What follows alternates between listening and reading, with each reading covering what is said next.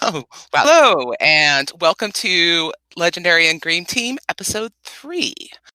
Fantasy readers love to see their favorite books adapted to screen, but we often end up loving to hate the results. What are the best ways to bridge the difference from page to screen? Today, Kyptan, HurinFan, HorizonBrave, and Little Red Book discuss adaptations. Thoughts, gentlemen? Do that welcoming over because you did my name wrong. Oh, did I? What did I say? What did you say? You put I an said R in Krypton? Oh, I'm sorry. I had to mute my mic because I was laughing. If you see Okay. Kyptan, it'd be like the Superman's little dog or something. Okay. Well, maybe somebody else should read it, and I should do the intro. Nope. Not how you get out of this, Red. Hello, and welcome to Legendarium's Green Team. Fantasy... Oh, Jesus. I can't do this, guys. Okay, one more time. Hello, and welcome to Legendary Green Team, Episode 3. Fantasy readers love to see their favorite books adapted to screen, but we often end up loving to hate the results. What makes an adaptation successful? What are the best ways to bridge the difference between page to screen? Today we have Kyptan, HurinFan, HorizonBrave, and Little Red Book to discuss adaptations. Thoughts, gentlemen? I guess I'll start. Well, what do you guys think is the most important thing when adapting a story? You have to preserve, I think, the essence of the characters. That's the most important thing for me. Right. Yeah. I agree. I think. I think it's really easy to grab something, grab any random book, but you can change the characters around in such a way where it's no longer the character that was from the original source material. So, I mean, you can do it, but it comes down to the fact that does it kind of respect the original source material, or are you just trying to shoehorn your own story into someone else's world? So you have to kind of tread the line between if you want to take a different take on something as opposed to you just doing your own thing and slapping the name on it to sell to sell movie tickets or something. I mean, I don't yeah. think that... Definitely don't try to strip mine the IP, but I don't think that even with bad adaptations, that's really what most people who are doing them are trying to do. I don't think they're trying to just strip the IP, but I do think it comes across that way, especially to people who really, really love the work that has been adapted. Does that make sense? I don't think anybody's... I mean, look at what M. Night, whatever, did to... did to Avatar. I mean, he said he loved it. He said he was trying to be faithful. I mean, it was a monstrosity, but I don't think he was trying to... I mean, maybe I think you're right there. I don't think he was trying to destroy it, but he did. He did. He was trying to subvert expectations and do his classic little twist thing that he always does. And he was trying to adapt things that he didn't understand. Well, that's my point, though. If you're going to try to subvert expectations, which is now sort of a cliche in itself in the title, but if you're trying to subvert expectations, you're not by nature that means you're not sticking to the source material. I mean, you can't have the cake and you can't have it both ways. You can't stick to the same characters and then try to throw in a monkey wrench and go off on your own tangent. So I mean, you can do it, but this is a very thin line. It's a thin, error margin you have, that you have to kind of, straddle. I think that movie was actually destroyed by the production companies. I'm not going to not place blame on M. Night, but I watched that movie for this podcast. Oh, you did? Yeah. I'm sorry. I'm sorry. Yeah. No, it was great because it was. No, it wasn't great. It was terrible. But I had a friend who was like, I hear everyone's watching Avatar, and so I went and I watched it on Netflix. And what they did was they went and watched the movie. Oh my god! Instead of well, HurinFan got me all excited a few weeks ago when he was like, "Oh, Avatar," and then I went on Netflix and it was just the movie. when I was 5. It's the show's on now, but yes, at the it time. is. I'm on season 2 now. So I read about the movie after I watched it, and I read that a lot of the changes that people didn't like were really forced on by the production companies. Like they had a lot of white actors playing non-white Right. characters, which was a big deal in my opinion. I mean, And yeah. it was weird. I think a lot of that was retroactive justification from M. Night, though. Oh yeah, he's digging himself a hole every time he talks about the movie. Yep. But I think a lot goes on in the background that we don't really know about. Oh yeah, definitely, and also because the whole marketing thing, the director and the people who write the actual scripts, they have a lot of pressure put on by the people literally giving them money to make the movie, so they don't have free reign to cast whoever they want to or write whatever they want to. They have to sort of, I mean, if you're a bigger name director, you probably have a lot more wiggle room, but it's not as easy as just saying, okay, do whatever you want to do or your vision. They're kind of shackled by the people giving them money to do it. So that is to take into account. But you would think that the people giving them money would want the show to make money. Right, yeah, but in their eyes, like like we were talking about with like the white actors, their viewpoint is that Western audiences aren't going to want to see a movie. It's going to look like a kung fu movie. They're not going to want to watch a movie about a whole bunch of Asian actors. So but white people. I'm sorry. No, go ahead. I was just going to say, but white people watch kung fu movies all the time. Yeah, I know. Yeah. And Crazy Rich Asians was a huge success. And Black Panther. Yep. I think it's changing. I think there was a while where I think okay, to make this movie successful, you have to make white people. It has to be more tailored to Western audiences, which. And I think that was a preconception that the producers had that was just wrong. It was wrong. Definitely. Because Avatar did not have a lot of white characters, and it was a huge success with white audiences. Like the TV show, not the movie. The TV show. They're more willing to overwrite that in animation, though. Yeah, exactly. Okay, but I've seen like in their eyes, they're saying, okay, that's a cartoon for kids. That's relegated to a small little section. We're talking about a big, multi-million-dollar movie. It has to appeal to Western adults, and to them, that's white lead actors. The strong white male actors. A stereotype. And everyone remember the big outcry when Rue was cast in the Hunger Games as a black girl? Oh, right. She was black in the text. I was going to say she was black in the text. She was black in the text. But so many people had read the books and just automatically assumed in their heads that, oh, this is a white girl. Yep. I don't remember this, but I had very little care for Hunger Games. It was a really big outcry. Well, sorry. That could bring us to our next subject. Well, how important it is to have the characters look the same on the story. Because for me personally, it's just a nice, thing to have, but it doesn't really matter at all to me. I think the only time I was weirded out by it is when, and it was a terrible movie too, the Dark Tower movie came out, because I read the Dark Tower series, and there was a whole subtext with Roland being white, and one of the other characters, oh my gosh, I'm blanking on her name, was black, and there was the large black woman, right? Right, and there was that was part of the story, and so I was like, how are they going to work it out? But then they just cut that whole series, that whole plot line out, and it didn't even matter. So that's sort of the problem. Is like when I mean, and again, I'm African American myself, so I have free reign to say what I'm about to say. I was just going to say, are you sure? Are you sure you're not a Midwest white girl? but only in chat.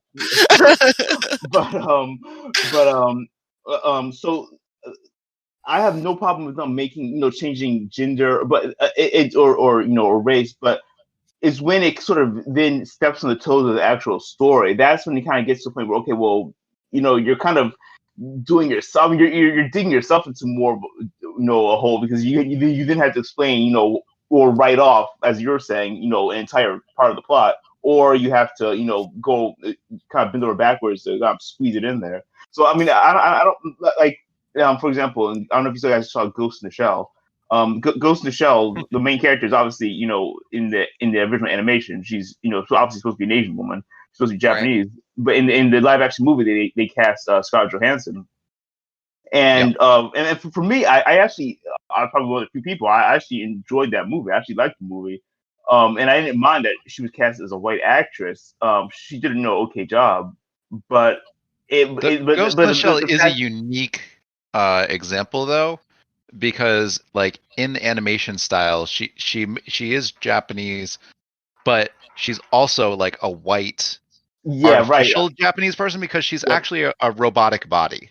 Yeah, I was about to get to that. Yeah, I was gonna say, like, but in this case, that's not really stepping on anything on the story because she's a cyborg, first of all, and second of all, her race isn't part her race isn't part of the story. The fact that she's an AI is so there's no harm there. It's just okay. Yeah, I'm looking at a white woman. So there was a very large outrage of backlash against them casting her, but I was looking around. I was like, what's the big deal? It was never part of the story. It was never like an integral piece of the story here. So I don't know. I think that's a different conversation, more about representation in media than anything.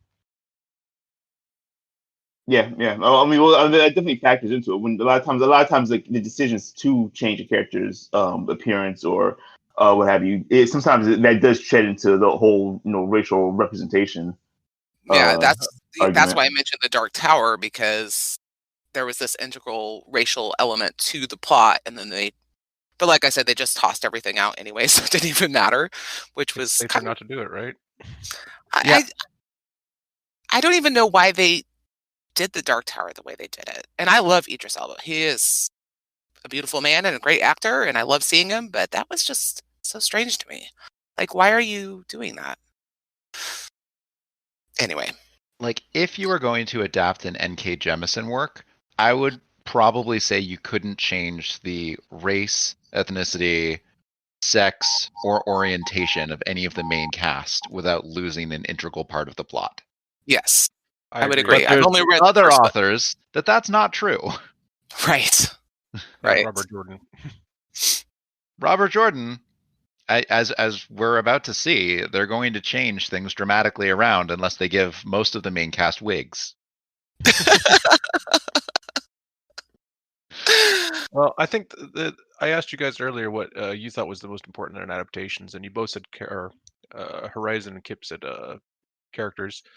And while I think characters are the most important, are very important, but sometimes a story has something that it's known for, like an atmosphere, or sometimes it's known for its characters, or sometimes it's known for something else. And I think it's more important to get that right than the characters. So like, for example, an H.P. Lovecraft story, if someone were to adapt that to a movie, I don't think it would matter if the characters were right or wrong at all. I think the atmosphere and the sense of dread would be a much more important thing. And I think that's what the fans would be looking for. I think that's very accurate. Yep. Yeah, no, I agree. And in fact, if the most recent adaptation was Color Out of Space, and that not only does that like not have the same characters, but it's in a completely different time period. like Color Out of Space, the new one, is set in like modern times, which is not in the original book, but it's still like the feeling and the setting is still there, and it still has like that sense of like really kind of foreboding, dread that comes with all of H.P. Lovecraft, and the director did a great job in capturing that. So, I think when it comes to like settings and things like that, stuff can be sort of transported to where it needs to be in terms of time wise. But as long as like the fundamental feel and vibe of the story is there, I think that's pretty important. I'd say something that did a good job with that was two things. I think Arrival did a good job capturing the like tone of the book, of the short story, really. And I think Annihilation did a good job capturing the sense of wonder and oddity, because a lot of what do you call it? A lot of Annihilation's prose would never transfer over into a graphical format. So they had to really change things around in order to get the similar feeling. See, I'm curious now because I didn't read Annihilation. I when I saw it, it was it was like my first introduction to it. So now I'm curious to actually go back and read it and see what I would take away from it doing it in reverse, really. Yeah, Annihilation is a weird case because also it was created with the director only reading the book once and not taking notes. That's interesting. And he was like, it inspired in me such a feeling that I wanted to adapt it with what I remembered and what I thought would fit on screen. So do you think it was a successful adaptation? I mean, did you like it? I liked it. Yeah, I liked it quite a bit. Cool. And I think he got the important parts. He missed. He did like just completely skip over one part of the book, which I'm not going to fault him for. Right. I can't see a way to adapt this like intensely internal monologue into a visual experience. When it's like when half of the struggle of it in the book is the person can't trust their eyes. Yeah. So that's. Oh, sorry. No, go ahead. I was just going to say, so that's one of the things that I know that I really struggle when I see things adapted from books into TV shows or whatnot. It was one of the big things I had with The Expanse, even though I actually really like The Expanse. I think The Expanse is remarkably faithful.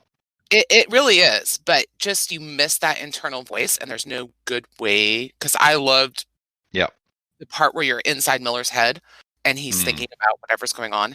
And that is something that just for the first 2 or 3 episodes was really hard for me to adjust to because I just missed that voice.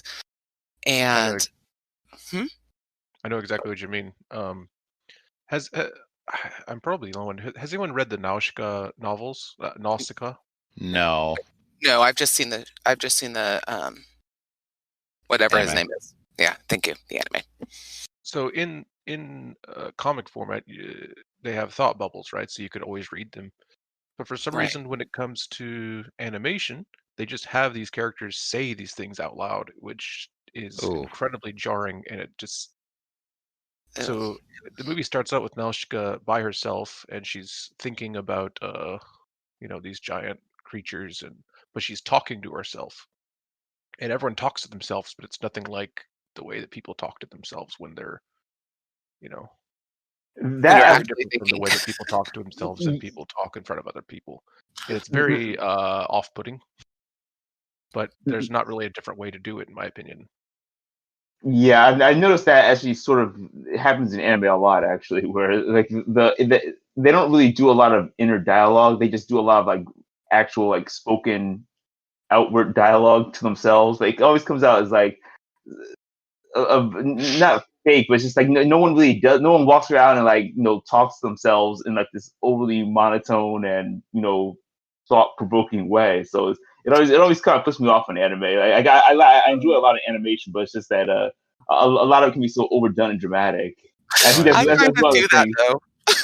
That's making me hope no one adapts an L.E. Modesitt novel. But going back to The Expanse, if you guys don't mind. Nope. So never.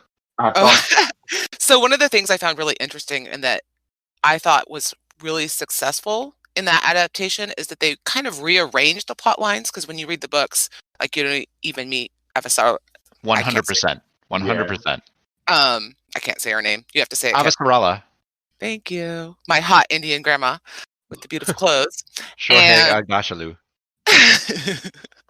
Anyway, that rearranging, I think, really was a very thoughtful way of bridging the way that it moving from the book to the screen, because it gives you a lot more investment in these characters that you aren't really introduced to.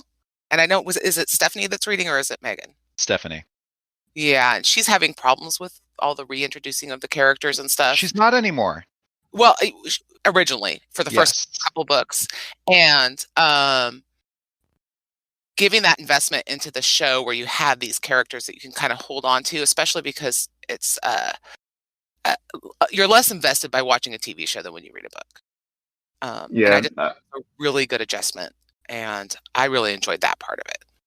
I don't know. I feel like the TV show showing me her character and her amazing actress made me much more invested in her.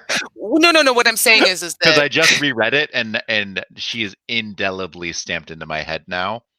Oh yeah, and I love it. Right. Well, no, I just meant by less invested versus more invested is that like when you sit down and read a book, you're versus watching something on TV. There's a different investment level there. And the books in The Expanse, especially the first one and the second one, have quite a bit of expository text where like the books just tells you some things and puts a big info dump on you. Mm-hmm. And the shows wanted to avoid that. I say this even though they start the series with like text on a blank screen. But whatever. The show tries to avoid that as much as it can, but it still has quite a bit of work to do to ground you in this new universe several hundred years in the future. And adding Avasarala really gives you that viewpoint from Earth that they would have struggled to otherwise give in a natural seeming manner. Right. I think though, like a lot of what you guys are saying, first of all, I love the books, and I really tried to get into the show. I really did. I was like watching episodes multiple times to try to like hound that I would really enjoy, but I just couldn't. And I think it's because when I read the books, I had again these burned in mental images of what the characters would look like, how they would speak, and and then seeing them brought and I get what you're saying that about bringing Avasarala in was a good idea from a narrative point of view, because, to get readers sort of invested. To get watchers invested. I totally get it, but to me it felt like it was just one of many departures from the books, and the fact that she didn't speak the way she does in the books.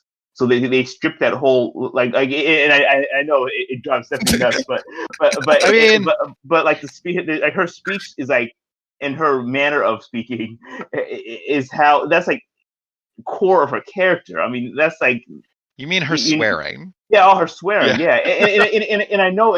Yeah, okay, it's just there can be more than that, but that's like a pretty important piece, of her character and how she interacts with people and how she puts on this mask, to sort of, get prompt herself up to, in public.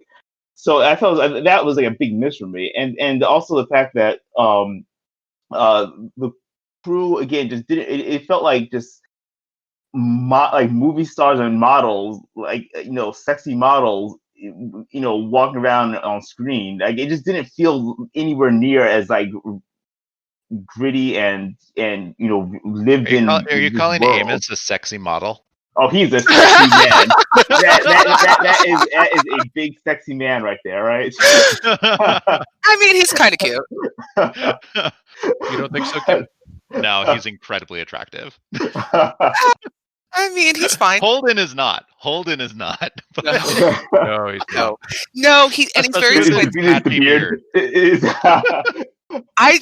Holden was. I was really actually put off by the actor that they cast as Holden. I did. Oh, really? Also, he's in Sky High, and I can't help but say that. Yeah, when you told me that, I was like, really? I went back and looked it up, and I'm like, oh my god, he totally is. Yeah, none of the characters in the show ever really lined up with what my image was from the book, except the Indian lady, because I saw her before I read about her. Alex was supposed to be fatter, and Bobby is supposed to be bigger. I actually, actually, speaking of which, we were talking about race. I actually, and this is, I guess, like a fault on my end. But when I was reading the books of The Expanse, I never pictured Bobby as being like, what is she supposed to be, like Samoan or I never Polynesian. Polynesian. I never pictured that. I pictured her as more of just like a very like kind of like more like a brutish white woman, I guess. I never pictured her as. They mention it multiple times. Yeah, they do. You're right. No, you're right. So I went back and I went through book 2. I think she's introduced, and I was like, oh wow, yeah, man. It's actually like a plot point at one point. Honestly, I'm with you, because Horizon. the normal armor doesn't fit her right, so she has to have custom made armor. Yeah, which is why her armor is older and therefore different from the other armors, and that's actually a plot point. Well, yes, but I'm actually with Horizon. I did not picture her as a Samoan either. I don't know why.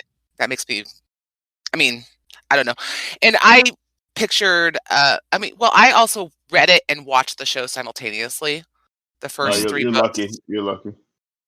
So I kind of had a different impression. I couldn't do that. I rather honestly watch a show or a movie before I read the book because usually I just get tipped off. Whoa. So okay, talk about that for a moment. Talk about what it is about adaptations that makes you want to watch them before you read the source material. Because I think that's an unusual viewpoint we don't hear enough of. Because usually, so when I watch an adaptation especially if I really love it, but even if I just kind of like it, I can't get the book out of my head. So the kids wanted to watch Hunger Games and they were reading it, and so I watched Hunger Games with them and then I read the book. I remember you saying that about The Expanse. And I was watching them simultaneously. It was at the same time, but it just because I know I can't get the book out of my head, and because when we were talking about The Expanse earlier about the interior monologue and all that kind of stuff that they can't do in an adaptation for screen, or they can with really bad narration voiceovers, which would annoy everyone watching them. It just is easier for me to go from the movie to the book, and I almost always like the book better, which I know is cliche. So I don't get angry when I'm watching the adaptation if I don't read the book first, and it just I'm happier and I enjoy it more. So why do it if I know I'm going to watch the movie? I don't read the book. Now I have a question then. So a lot of times, like what you're saying makes sense. But now, do you feel like when you then go and read the book, do you have like a mental image like burned into your mind now? Because like when I watch the movie first on the rare occasions, and then I've probably to go and read the book, I then just automatically it sort of takes away from this sort of imagination that I play with when I'm reading a book for the first time, because then I'm just picturing just the actors saying the lines or picturing them, so it's sort of, I don't want to say it cheapens it, but it sort of takes away from the experience that I would have reading the book by itself with no source, with no material to go on. I mean, that would bother me, just like you're saying, reading the book first would bother you because you're watching the TV show afterward. To me, it's the same thing. It would just be in reverse then. Then it would bother me about the book because then I have like these mental images of like actors, playing out in my mind. Does that bother you? No, it doesn't bother me. I mean, I get what you're saying. Like a lot of times, if I read the book or if I watch the show first, I will hear like the characters talking in the actors' voices or whatever. But that, for some reason, that just doesn't bother me. And then the longer, especially if it's a good sized book, by the time I'm at the end of the book, that goes away. It just doesn't. It doesn't bother me at all. Actually, I understand what you're saying, and I've had that experience, but it's not a problem for me. Yeah, this happened to me when I watched Fight Club. I used to love that movie so much. Like I used to watch Fight Club like on repeat when I was I love the movie.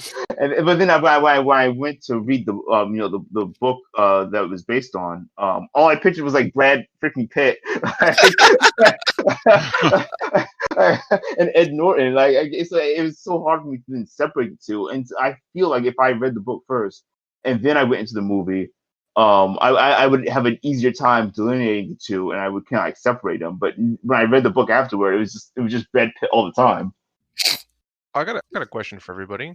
So, in the same topic, how do you all imagine Harry Potter characters? Because well, they look very different on page. Whenever I'm reading, I always imagine Daniel Radcliffe and I've only watched and which Dumbledore. the second Dumbledore. Oh, see, I hate second Dumbledore. Yeah. First Dumbledore. Yeah, same here. I don't like movie 5 and 6. So, sorry. Did you put your name in the Goblet of Fire? That was the worst movie, so you can't blame it too bad. See, I can't imagine having that preconception of a character and then going back and reading the books for the first time. I just can't. Yeah. I was lucky enough to read. I think I read the first 3 books. Which one's Goblet of Fire? Goblet of Fire. That's 4, right? That's 4, yeah. Yep. Okay, so I read the first 3. Yeah, I read the first 3 first, and then Goblet of Fire came out, and then we saw the movie. But yeah, when I read the books first, and I had like I mean, he's right on the cover, so it's not like and the character who they got to play Harry is pretty. I mean, he's a little bulkier. He's not as like lanky as they made him out in the artwork. But Daniel Radcliffe is pretty lanky. He's pretty lanky, but for whatever reason, the artist I think you guys know what I'm talking about. I think they nailed it. Cover art. Yeah, they did. But he's like a little more gaunt, I guess. If that's But anyway, most of the characters pretty much panned out to how I would imagine they would look. I think the only one that stood out to me was Lucius Malfoy. He just looks so over the top, sinister. I was like, oh, okay, I don't know if you guys are going overboard for this. But here's your swastika. Yeah, right. I always thought Hermione and Ron. Sorry, I always thought Hermione and Ron actors were quite different from the way they were described in the books. Oh, I felt like Ron was perfect. Well, Ron was supposed to be have a long face, lots and lots and a really important part of Ron's appearance, in my opinion, were his freckles, and he didn't really have that at all. You didn't think Rupert Grint had freckles? I thought he had freckles. I don't know. I thought he had freckles. Yeah, I'm pretty sure. I mean, like I said, you're just imagining freckles because he's redheaded, but he doesn't have any freckles. I don't know. I have this picture in my head of him in the first movie, and I thought I saw a bunch of freckles. Did we imagine these freckles? Maybe I have. Well, no, because I remember him having freckles too, and it certainly is possible that he outgrew freckles, because some people do lose their freckles when they get older. Like, I have many less freckles now. Now I just get them on my nose when I tan or burn. Not a total babe in the books at all, and then she's a total babe in the movies. I mean, she is a babe when she does her hair. Wait. Who are we talking about? Hermione, I think. Hermione.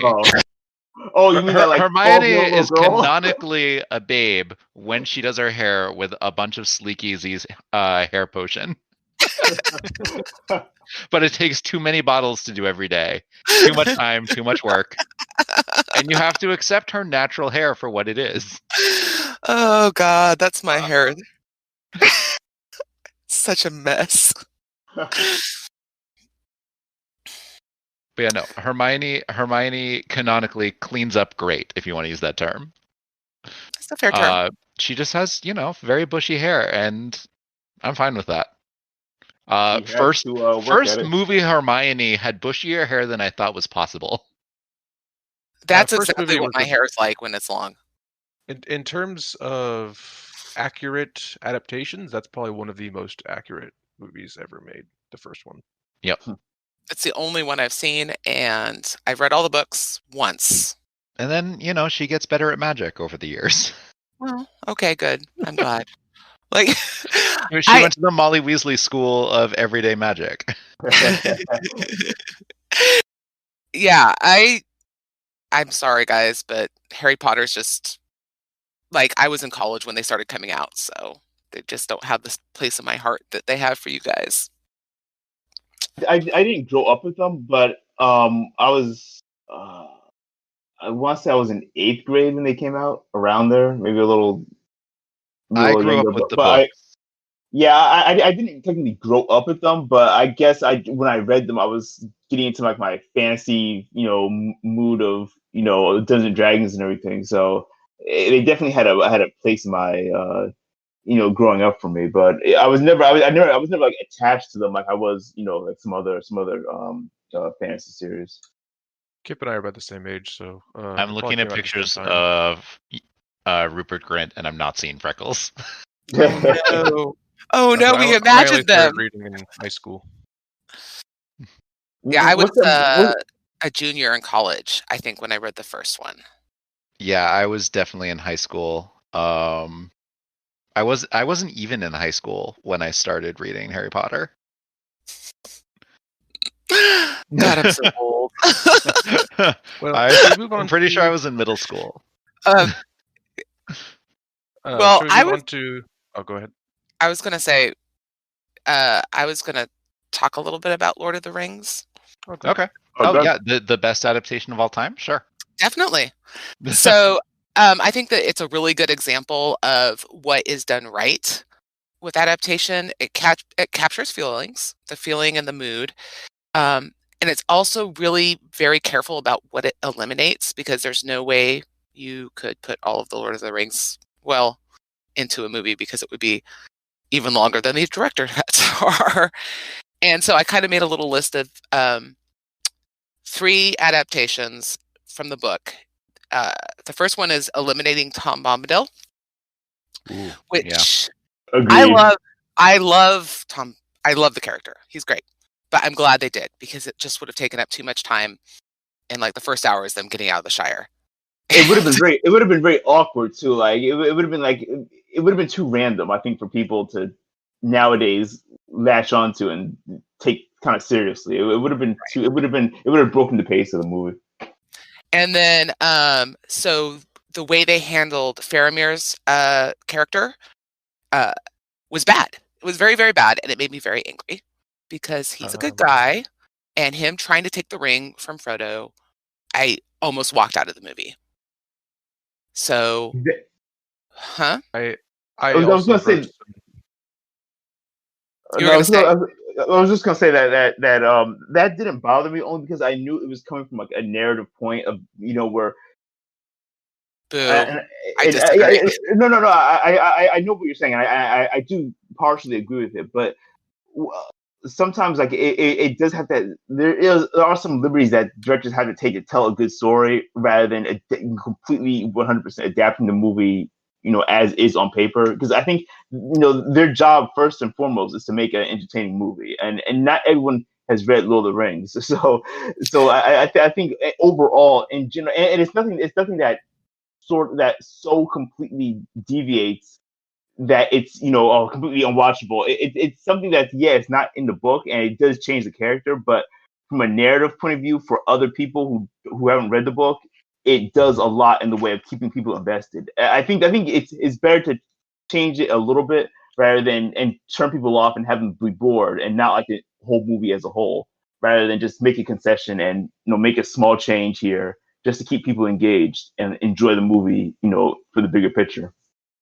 I agree, Horizon. I wrote for this podcast. I wrote some notes on good and bad changes in Lord of the Rings, and I put Tom Bombadil in the good change, and Okay. Faramir in the bad change. So I agree as well, Little Red. But yeah, not just the change to his character for Faramir, because eventually he sees a light, and I guess that's fine. And they have a little mini arc for him in the second movie, right? But geographically, it doesn't make sense. Do you know what I mean? So they have to take them from Ithilien, right? From Ithilien to Osgiliath, and then back from Osgiliath to Minas Ungol. I forgot, but there's a lot of. They go to like Henneth Enuin or something at some point. Yeah, so that's gonna probably take a long time, but it happens very, very quickly. It's okay. We all know what you're talking about. Yeah. So, and then the one that I put down for neutral is the way they handled the scouring of the Shire.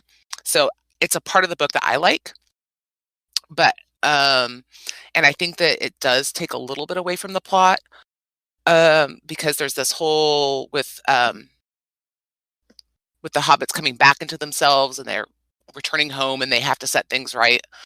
It's a nice little character arc for our oh my god, I am blanking on their names. Pippin and Merry. Merry, and Pippin Sam. and Merry. They have this nice little arc, and I think that it's sad that it's not in the movie, but at the same time, it's so long already. So that's when it was a major change that I felt pretty neutral about. So I don't know what your guys' thoughts are on that. I understand why they omitted it. Yeah, I would definitely put that in minor arcs. Right. It's like, so, I mean, it was kind of sad, but I was like, okay.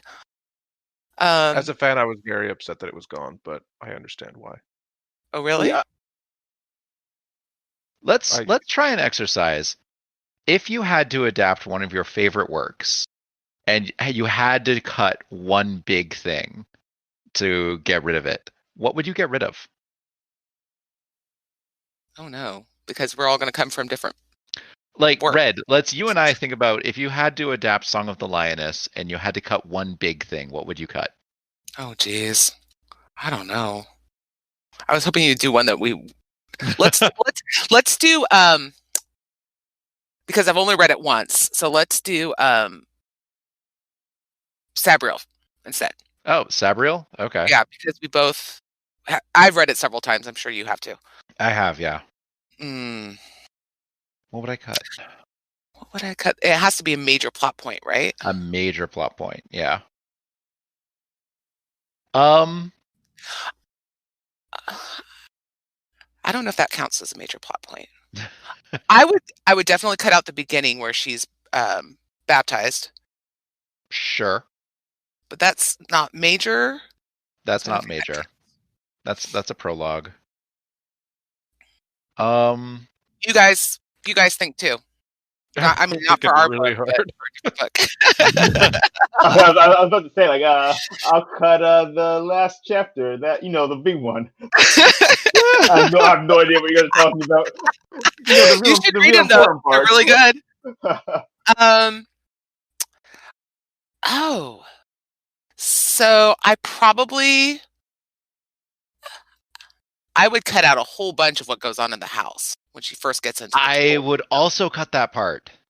Except that I thought it was I thought it was cheating, but she can like meet up with Mogget along the way. It's fine. Okay. Yeah, I think that would be the thing I would cut out, and it would also cut out the whole thing with the paper wing. Yeah, which we don't need.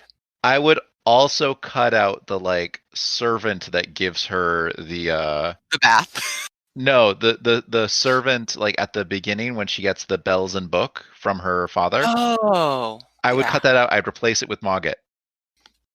Good call. We're going to be rich and famous now, Kip. You guys should be editors. All right, I thought of one. Okay. Even though that would fuck with the sorry. Even though that would heavily mess up some of the lore of the series, it would make the movie shorter. And it would also make it tighter. Yes, much tighter. Okay, HurinFan, your turn.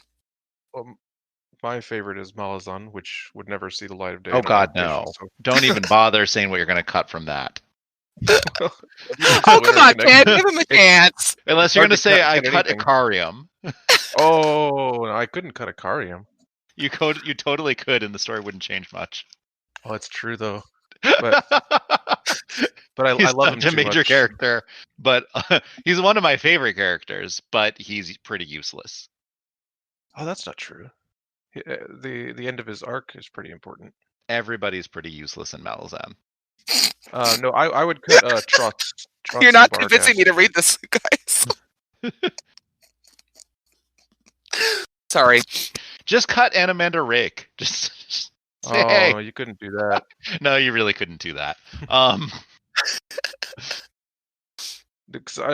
than incredibly minor characters, it's hard to cut people because cut Mallet. Okay, I was thinking Trots. Okay, because it's his character story is still pretty important to the third book, but I don't think you necessarily need it. So yeah. Do you have anything? Oh, sorry. Totally, just cut Mallet. Okay. You dislike Mallet? No.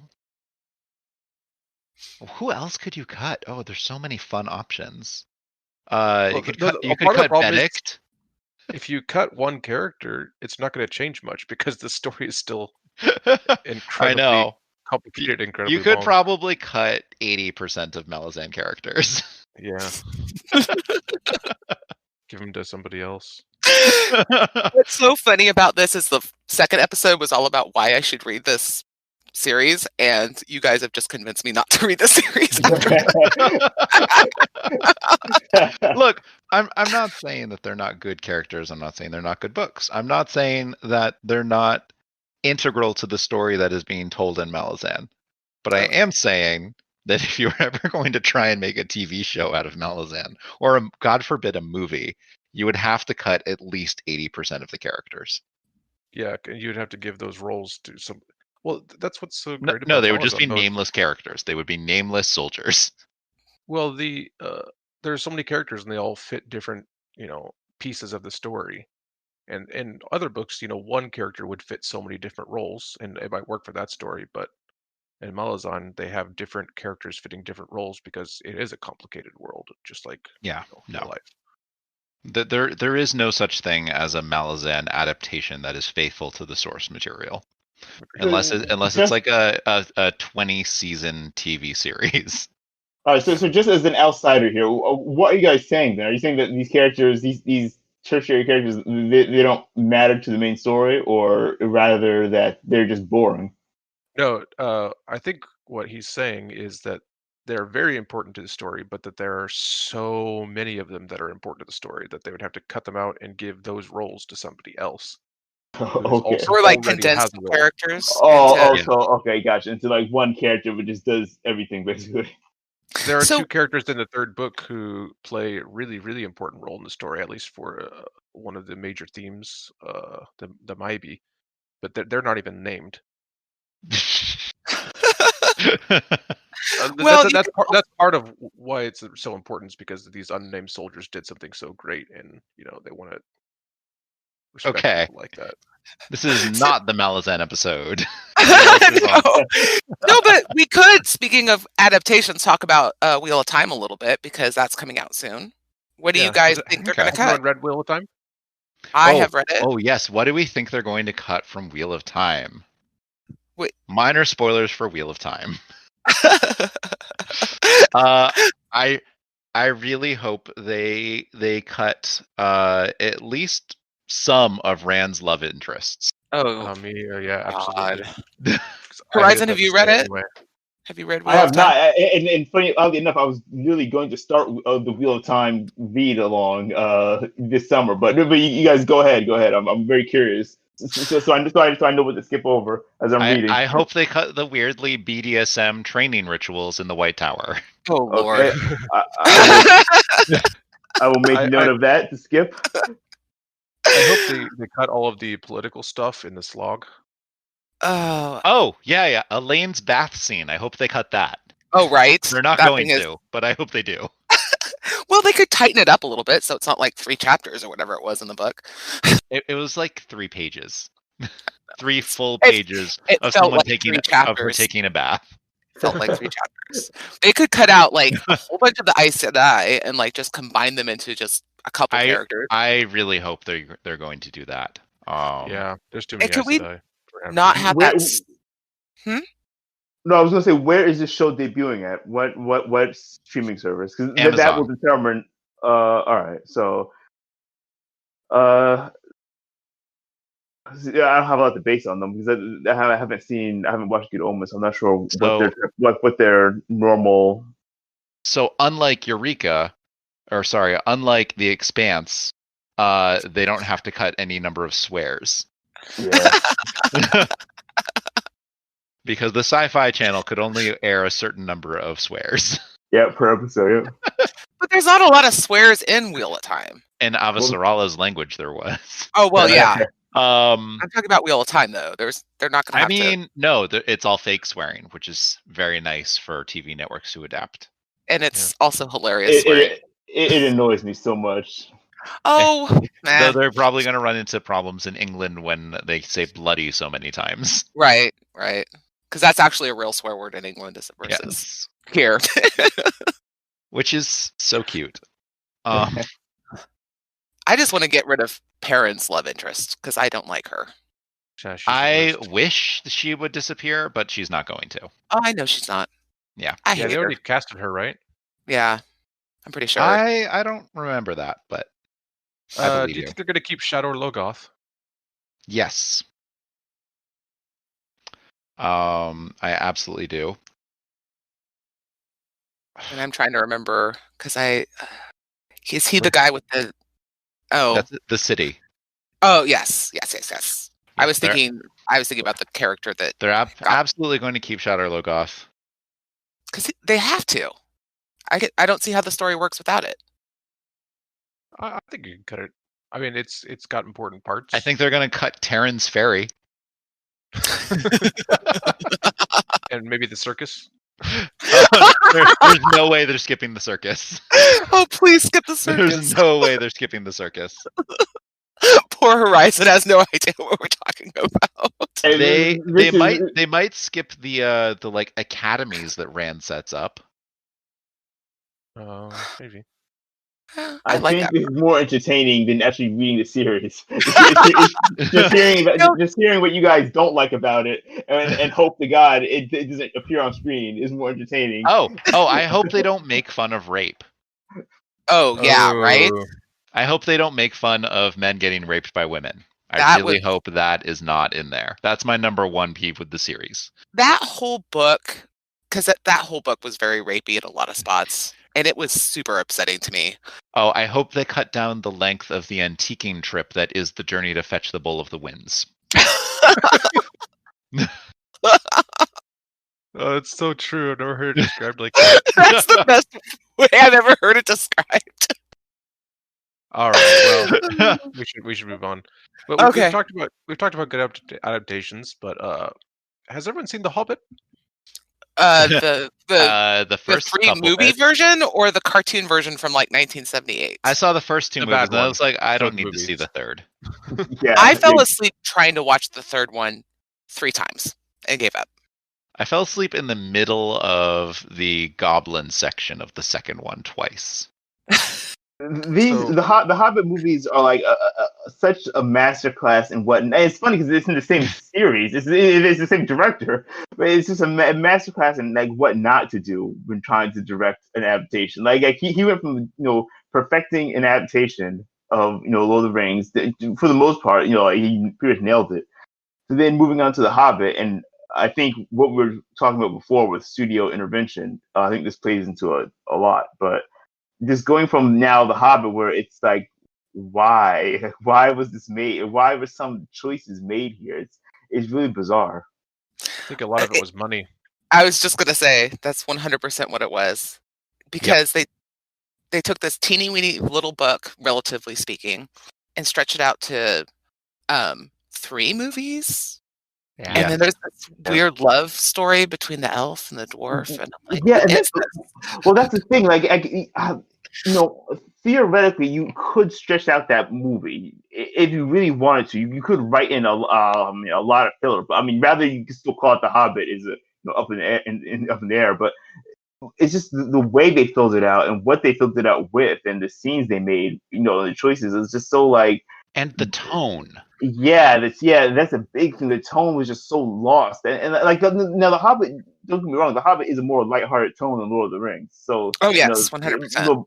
By nature, it is written that way. But still, it's like the tone of the movie. It was it was going this way and that. Like I honestly, it was bouncing back and forth, and they had all these like really weird choices in terms of scenes. Nothing worked for me in that movie. And it's specifically not an action book. Yes, yeah, it's not a thriller. It like goes out of its way to skip over battle sequences. Yep. It's a children's story. I mean, it is a children's story. It's clearly seriously, the size of the action sequences in the movie, just the length of them, was completely inappropriate. Yep. Well, isn't the last? We know you can spend forever on The Hobbit. We've seen Craig do it, but but there is a limit to how long an action sequence you can make and stay any measure of truthful towards the source material. Right. Or exactly. Interesting. It's not even interesting. Yeah, exactly. Because in Lord of the Rings, they had like it was a climatic battle. It was the stakes were there. It felt very natural. Like it was all coming together into this big epic battle at the end. and you also had the battles in between. But with this, it seems so artificial and forced, and like, okay, let's get this CG battle on now, and then of course they had like all these completely contrived action scenes that were just drawn out, and the whole I forgot, I guess it was the first one or the second one where they're escaping the port town in the With the barrel. barrels. And now I know now technically that's in the book, so technically that scene but but still, it was still like overdone, overproduced. It looked horrible. I'm pretty sure that scene could have worked on a lot more levels if it wasn't so over the top and silly. I don't know. There's nothing really in this movie landed for me. So yeah, I agree. I think the barrel scene could have been much better, but I disagree. I think if it was even sillier, it would have been better.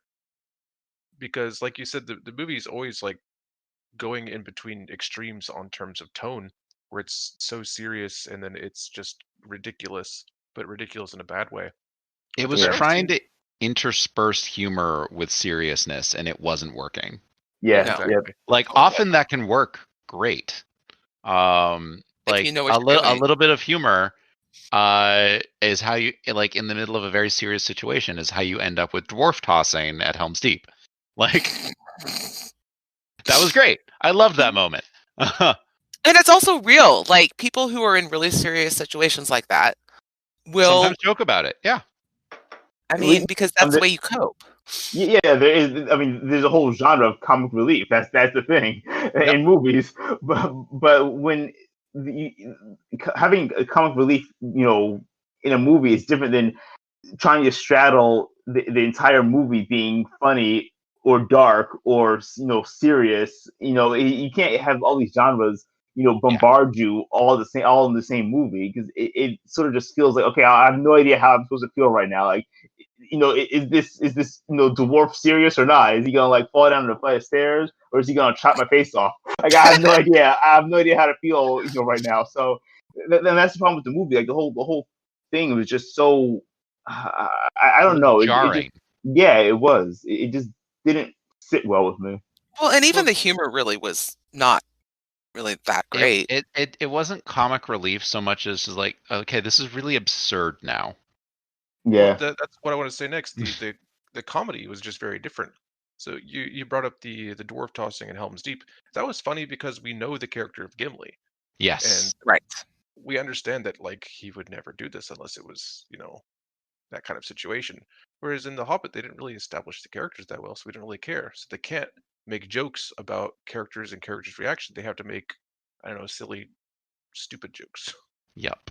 Well, and it's so weird that they had so much time to establish so many characters, and yet they didn't. Yeah. I was just about to say that. So okay, so you want to stretch this thing out over 3 movies. Okay, not a good idea, but fine, try it. But instead of like spending some time with each of the dwarves, and or at the very least getting to know the characters a little bit better, they all came, like, to me, this is how I felt by the end of it. They all came across like as like this homogenous group of dwarves. Like none of them felt, I mean, they had like stereotypes, but they all felt this kind of like a big mob of dwarfs, like walking around. Like I was like, dwarf number 1. Or the only one that stood out was Thorin. No, well, yeah, but he's kind of he's kind of separate. But was it like Neely, the one who liked the elf, the female elf, who wasn't in the book, who wasn't in the book at all? Yeah, it was Keely. Okay, and like. Yeah, they tossed like some romance, some random romantic story in there, which doesn't even exist. But they didn't do enough to build up any of these characters except give them kind of cliches, and that's where it kind of fell apart. Well, and in the book, they kind of do feel like a mob of dwarves, but it's a short book, so it doesn't matter that they feel like a mob of dwarves. I mean, I don't know all the dwarves' names. I mean, but it works for a very short story. The focus of the focus of the book is the Hobbit, not the dwarves. Yep, very true. Yeah, they're just the catalyst. But unfortunately, when you have 3 movies, like 2 hours, more than 2 hours each, you're begging the question is, why are we still following these guys around, and who are they? So then, Exactly. you're left. Yeah, then you're left with the fact that even you don't fill out their characters, you're just left with a mob of dwarves, and you don't care about them. Well, we've talked for over an hour now. Yep. I thought. Do Yo. you guys want to continue, or do you wanna? I think we can wrap it up. Yeah. So I thought for a wrap up, we could do is just maybe mention some things that we thought were good adaptations, and maybe one or two that we thought were bad. Okay. Okay. Sounds good. Someone has a plan. I thought Blade Runner was an excellent adaptation of Do Yeah. Androids Dream of Electric Sheep?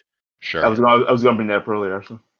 And it's still pretty different from the book, but it kept what I said earlier. It kept the important parts and adapted it well, especially the atmosphere.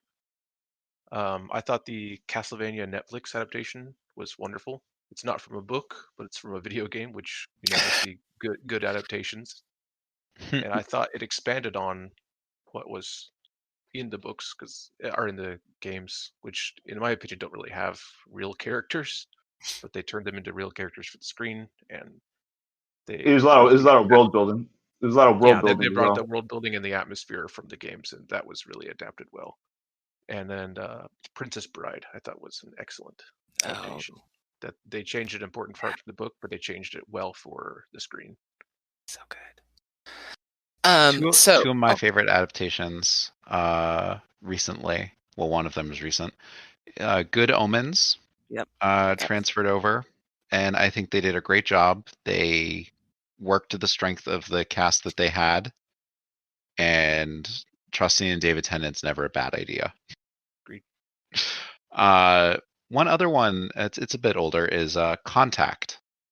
I thought it was a great adaptation that really embraced parts of the movie and discarded very large sections of the book, which were maybe a bit more cerebral, but it made it much more about a single person and their life, their journey, their experiences, their point of view. And I liked that. Something I didn't like, let's see. I'm going to have to go with Craig on this one and say the Shannara series. It's just so bad.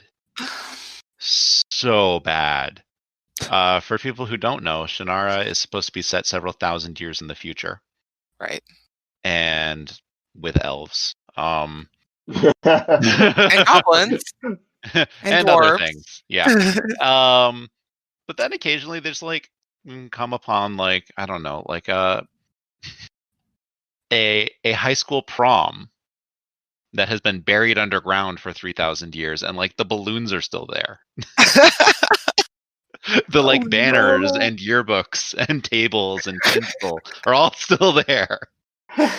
See, I haven't watched it at all, so that's hilarious. Or occasionally there's just a washing machine in the wilderness. A slightly rusted, looks like it's been there for maybe 20 years, washing machine. Nice. So yeah. I only have one because Kip took Good Omens, which I thought was really good. But also I believe it's 1978 animated version of The Hobbit. Yeah. Is so good, and it's just perfect, and it's definitely targeted at younger people. I want to say I was 8 when I watched it the first time, and it captures the feeling, and it's just lovely, and you should watch it. I agree completely, except the elves. Yeah, little child Alex was terrified of that. I'm sorry. I'm glad you said that. The animation, I went back and watched it, and it has that classic, very creepy, I don't know, maybe it's just me, but that animation style when you watch it now, it has the same thing with Pinocchio. It has that very creepy vibe to it that sort of is oh man, it's really freaky. If I would have seen that as a kid, it would have freaked me out. Really? Yeah, the whale in Pinocchio freaks the hell out of me. Well, I mean, that is kind of scary. He's eating the dad, and then he eats Pinocchio. I mean, yeah. The elves aren't. I don't know. Whatever. I'm sorry. You go. I found Bilbo just to be scary in the Lord of the Rings adaptation. Just Bilbo smoking his pipe. That was scary enough for me. Oh, geez. I loved it so much. The sequel where they did the whole Lord of the Rings series in one movie was pretty strange, but The Hobbit was good. Horizon, what are your choices?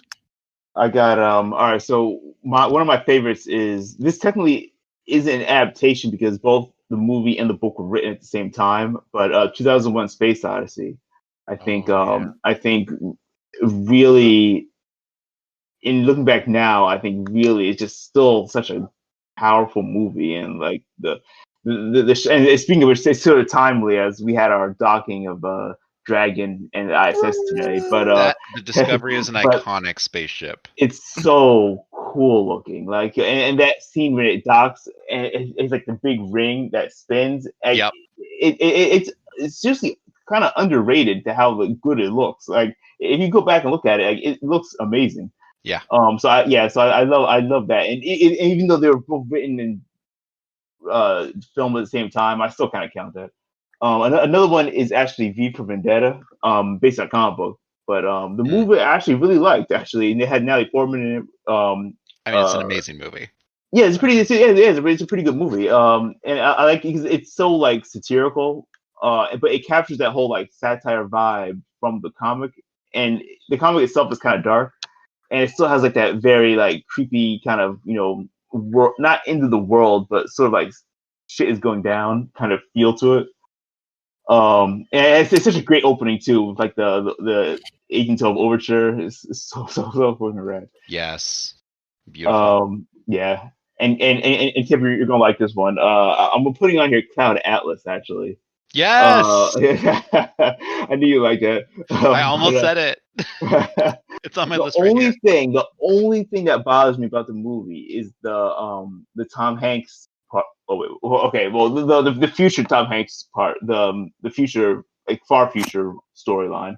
That's the only one that kind of annoys me because I guess because the dialogue, it just like rubs me the wrong way because the way they have to have that sort of fake. I don't even know what accent or dialect that is. The true, it's the dialect. Yes, that annoys me so much. I'm like, stop it, Tom Hanks, stop it. But the story before like that one has the weirder dialect for me because it just uses brand names all the time. Oh yeah, that's right. Yeah. In the book, that's really disconcerting.